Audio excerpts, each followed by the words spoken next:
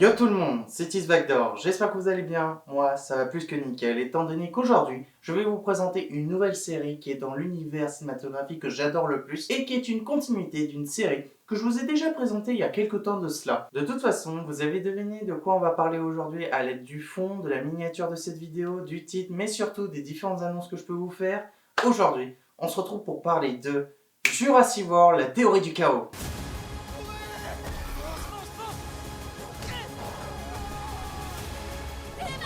Je fais du mieux que je peux. Il y a vraiment des gens après nous? Oui, c'est évident.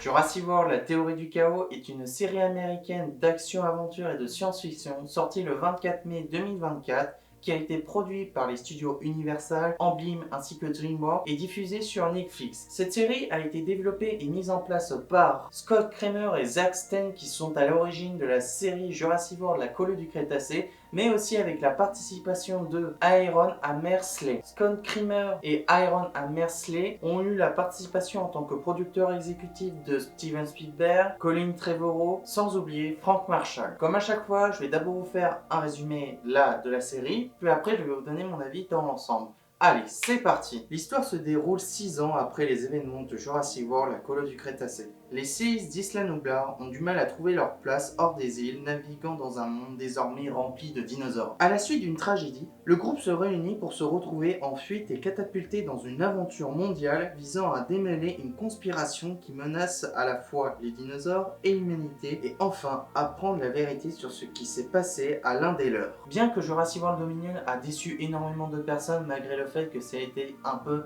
un cadeau pour tous ceux qui voulaient revenir aux sources, Jurassic World, la coulée du Crétacé a été une série qui a engendré 5 saisons au total, qui est pour beaucoup une excellente adaptation dans l'univers des Jurassic Park et des Jurassic World, tout en développant et en fortifiant les bases qui ont été mises en place par les films. Et je vous avais déjà présenté la dernière saison de Jurassic World, la coulée du Crétacé. Si vous voulez la voir comme la critique de Jurassic World Dominion, ils sont tous les deux dans la description. Je vous avais dit que c'était une série pour moi qui était vraiment très magique, que ce soit par l'animation, la mise en scène, les personnages et le développement que chacun ont connu à travers les 5 saisons. Une excellente série qui a fait pour beaucoup un peu redonner espoir pour tous ceux qui avaient un peu lâché l'affaire depuis Dominion. Sachant que je précise que Dominion, je suis l'un des rares seuls qui défendent ce film. Mais on n'est pas là pour expliquer les raisons. On est surtout là pour parler de la nouvelle série dans l'univers Jurassic, qui est la continuité de la série Colo du Crétacé, qui est Jurassic World, la théorie du chaos. J'en ai ressenti beaucoup pour différents projets, que ce soit pour cette année ou d'autres années auparavant. Mais pour ce genre de truc, c'était rare que je ressente une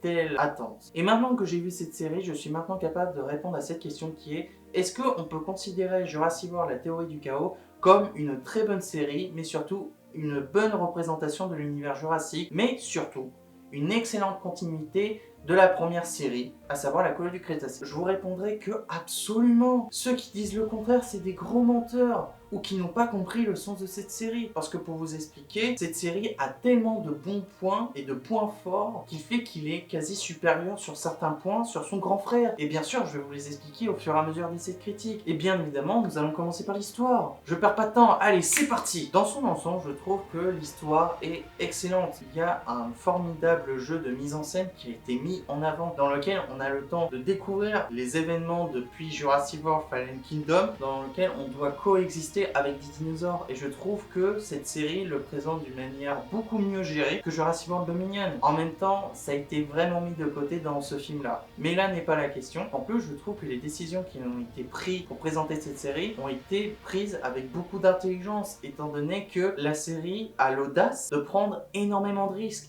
de prendre des nouveaux choix scénaristiques qui fait qu'on s'éloigne beaucoup de la Colo du Crétacé. Certes, ça reste une série beaucoup plus familiale, enfant, surtout familiale, n'empêche qu'il y a un ton, un détail qui ajoute un côté beaucoup plus adulte sur la manière de filmer les dinosaures, sur la manière de filmer la tension, de la mettre en place et de présenter la détresse des personnages. Sans compter que, étant donné qu'il s'est passé 6 ans, on apprend au fur et à mesure de la série les événements qui ont eu depuis le dernier épisode. Sans compter qu'en plus, tous ont eu un développement tellement intense que j'ai eu beaucoup d'intérêt à les suivre. Et la manière de faire en sorte qu'ils ont été un peu séparés ont permis de bien remettre en place le comptait sur la personnalité de chacun. Ce qui fait que la série a été pensée de manière coordonnée à la virgule près. On nous présente des choses qui nous paraissent très choquantes pour certaines personnes. Surtout pour ceux qui ont vu la colo du Crétacé, étant donné que le point commun des 5 premières saisons de la première série, c'est que on savait d'avance que les personnages principaux n'allaient avoir vraiment aucune menace sur eux. Il y avait quand même des menaces qui ont été bien mises en scène, n'empêche qu'on savait d'avance qu'ils n'allaient jamais mourir ou qu'ils n'allaient jamais vraiment passer à la mort à ça. Même si ça a été vraiment bien mis en scène, on savait d'avance qu'étant donné que c'était une série pour enfants, ça n'allait pas arriver. Alors que là, même si on nous présente quand même qu'ils échappent peu à certains dangers, ça peut pas empêcher que je trouve que ça a été beaucoup mieux mis en place, d'autant plus qu'on nous fait penser tellement de choses, qu'il y a tellement de mystères dès cette première saison, qu'on a envie de connaître la suite. Le point fort de l'histoire, c'est surtout la mise en scène, la manière dont la série a été filmée, la manière dont il arrive à mettre la tension, mais surtout la manière dont il arrive à nous représenter la personnalité de chaque personnage, comme je vous l'ai dit. Et pour vous dire, j'ai tellement aimé mon premier visionnage que j'ai regardé 3 fois. Et encore, ce qui est perturbant, c'est que malgré mes 3 visionnages,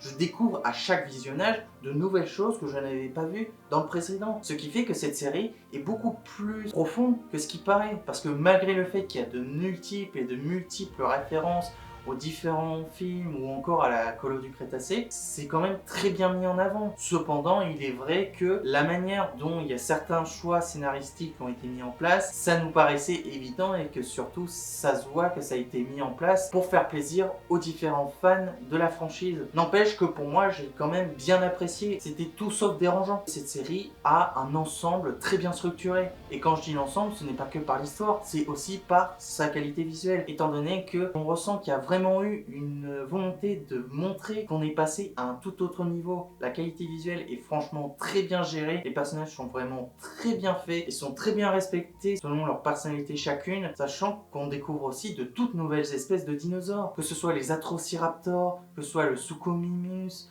ou encore tant d'autres qu'on n'avait pas pu découvrir dans les autres réalisations jurassiques. D'autant plus que je trouve qu'il y a eu quand même un point fort sur le fait qu'il y a un peu de renforcement logistique avec Dominion. Sans compter que par exemple, je vais vous le dire, c'est pas vraiment du spoil étant donné que si vous avez vu la série et vous avez vu les bandes annonces, vous savez très bien qu'est-ce que je vais dire, à savoir sur les Atrociraptors qui ressemblent en gros à des Vélociraptors. Le truc étant que si on regarde vraiment bien sur ces dinosaures là, c'est qu'il s'agit des mêmes dinosaures que dans Dominion, lorsque par exemple Owen et Claire se font poursuivre dans une grande ville. Ce sont exactement les mêmes qui ont été envoyés, vous devinez, à savoir Biosyn, ce qui amplifie le fait qu'il y a une excellente continuité, d'autant plus qu'il y a une qualité visuelle qui le présente d'une manière formidablement bien. Même dans la qualité visuelle, je trouve qu'il y a quand même certaines prises de risque sur la manière de présenter des émotions plutôt négatives, que ce soit la tristesse, la vengeance, le désespoir sur certains personnages ou encore sur certaines scènes qui paraissent vraiment troublantes au visionnage, surtout pour des enfants, sachant que DreamWorks par exemple, ils avaient déjà pris ce risque dans le chapeau T2 la dernière quête en faisant saigner un personnage, ce qui fait que vraiment pour moi la série est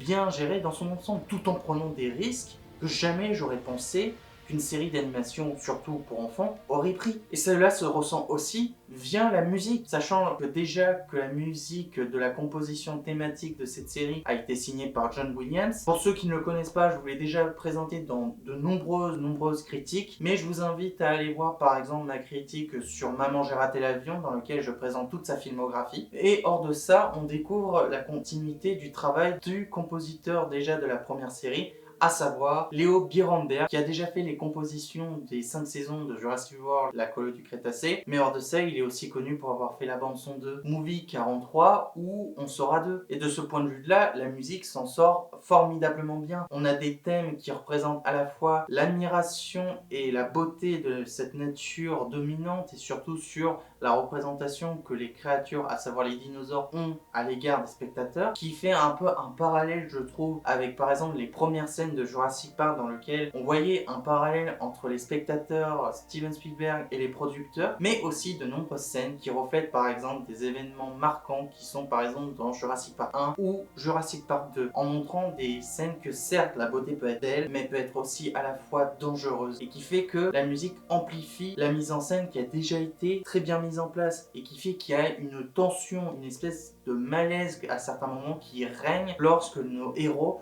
sont devenus des proies. Il y a eu beaucoup d'efforts pour faire en sorte que ce soit une série la plus accessible au plus grand nombre. Même si il y en a beaucoup qui ne sont pas fans des dinosaures, il y en a beaucoup qui n'aiment pas l'animation, ou il y en a d'autres qui certes n'aimeront pas les choix de cette série, ce qui est totalement normal, c'est notre droit. On peut vraiment pas cacher le fait qu'il y a eu quand même du travail dessus. Et ça se ressent tout au long de la série. Maintenant, je vais vous présenter une zone de spoil qui me paraît très importante, étant donné qu'il y a beaucoup de choses à dire. Alors pour ceux qui ne veulent pas se faire spoil, je vous invite à aller vers ce timecode et on se retrouve juste après. Allez, à tout de suite. À la fin de la série, nos héros ont arrêté le trafic des dinosaures et ont sauvé Petit Boss et ont décidé de monter dans un cargo dans lequel il allait se diriger dans une direction inconnue mais dans lequel on sait qu'on allait avoir des réponses, que ce soit par exemple avec certainement Biosyn, avec les Atrociraptors ou encore avec cette femme mystérieuse qui contrôle ces dinosaures-là. Mais surtout qu'à la fin, on découvre une scène qui a choqué mais qui moi aussi m'a choqué. Donc, même si j'étais déterminé à me dire que c'était pas possible, qu'elle était encore vivante. Pour vous expliquer, à la fin on découvre la mentor de Darius qui discute avec Brooklyn. Tout le long de la série on nous fait comprendre que Brooklyn a été tuée par un dinosaure. Et bien en fait c'est pas tout à fait vrai, étant donné qu'on constate qu'elle est toujours en vie, que la seule chose qu'elle a perdue c'est sa main gauche et que surtout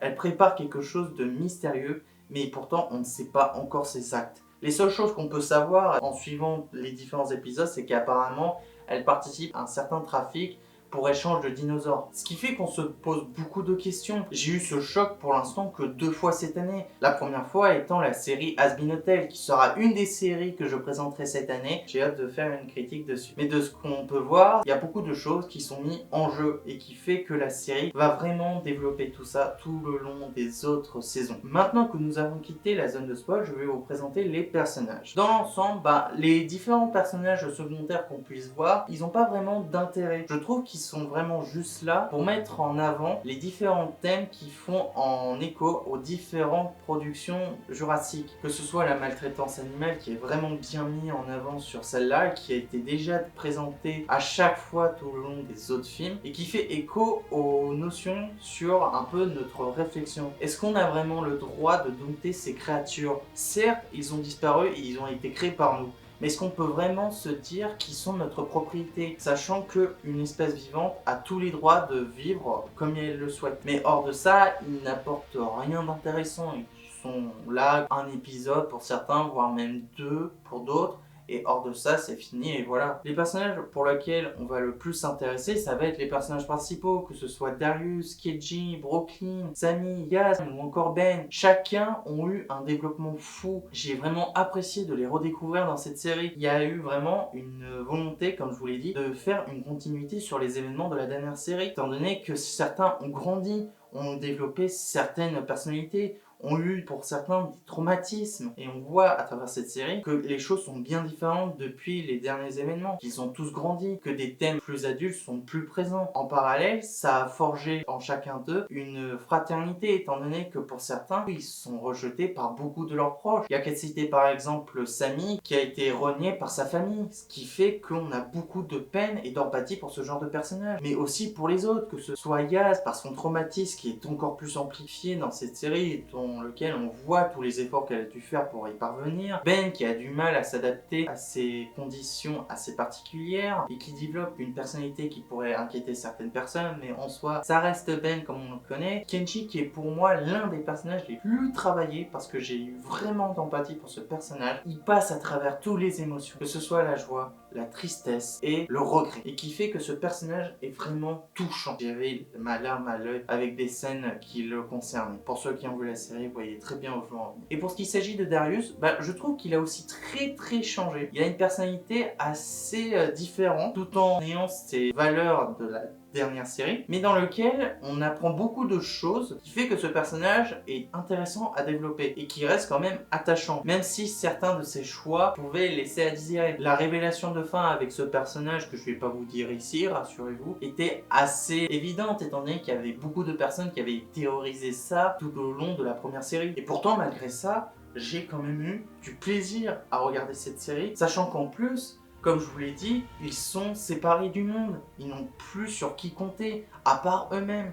Et avec les événements de la première série, ils se sont forgés une certaine amitié, voire même une relation de famille qui fait qu'ils pourront toujours compter les uns sur les autres, qui est justement l'une des raisons pour laquelle ça a été l'un des points forts dans la première série et encore dans celle-là. Parce que le plus gros point fort, hors de tous les points que j'ai cités, c'est son développement de personnage et sur la manière de le présenter tout au long et de le prolonger et de l'amplifier tout en rajoutant certes des épreuves au fur et à mesure de leur aventure, mais justement en les affrontant ensemble. Et ça a été vraiment réussi par la mise en scène qui a été mise en place, mais surtout par les acteurs qui ont été choisis pour ces rôles. Sachant que pour moi, le casting est un casting purement inconnu pour certains, même si certains des acteurs de la première série sont de retour pour leurs personnages respectifs, même s'ils sont de retour pour ça, ils ont quand même une filmographie que je ne connais pas. Ce qui fait que pour moi, le casting de ce film est de 3,5 sur 5. Parce que même s'ils sont pas très connus, ils ont quand même un jeu d'acteur excellent. Tout d'abord, nous avons la présence de Paul Michael Williams, qui avait déjà joué dans Jurassic World, la colonie du Crétacé, mais qui a aussi joué dans La fille qui croyait au miracle. Darren Barnett, connu pour avoir joué dans Mes premières fois, Blue Eye Samurai, Gran Turismo, Tout sauf toi et Roadhouse. Singrea Brown, qui est aussi connu pour avoir joué dans la colonie du Crétacé, mais hors de ça aussi dans la série Clarence, Les Goldberg, Comme des bêtes 2, ainsi que Le monde de Ralph 2. Kozar Mohamed, qui a aussi joué dans Jurassic World, la colonie du Crétacé, Excroissance, Lucky, ainsi que Little. Rainy Rodriguez, qui a aussi joué dans Jurassic World, la colonie du Crétacé, mais hors de ça a joué dans Chrome, ainsi que Souvenir de Marnie. Kirsten Kelly, qui est connue pour avoir fait de nombreux singles, que ce soit Bad News, Little Too Much, ainsi que Gone. Pour conclure, je trouve que Jurassic World, la théorie du chaos, a fait un très bon commencement dans lequel on redécouvre des personnages qu'on avait beaucoup appréciés dans la première série, dans lequel on découvre leur développement chacun avec leur personnalité, leurs peurs, leurs craintes et leurs faiblesses. L'histoire arrive très bien à présenter le développement et aussi l'union qui fait que ces personnages sont très attachants, présentés avec une composition musicale et une qualité visuelle franchement très bien réussite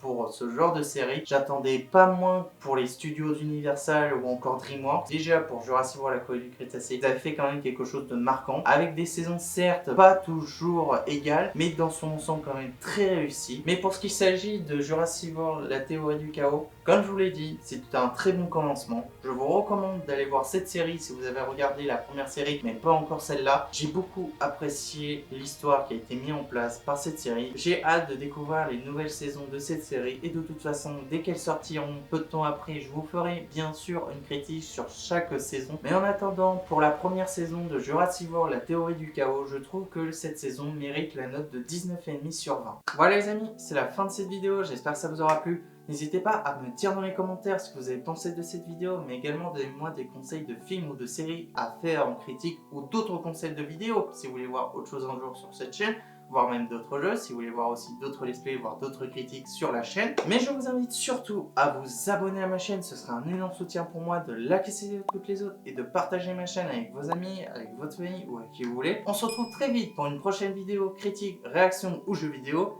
Et sur ce, je vous dis à la prochaine et salut. Bye.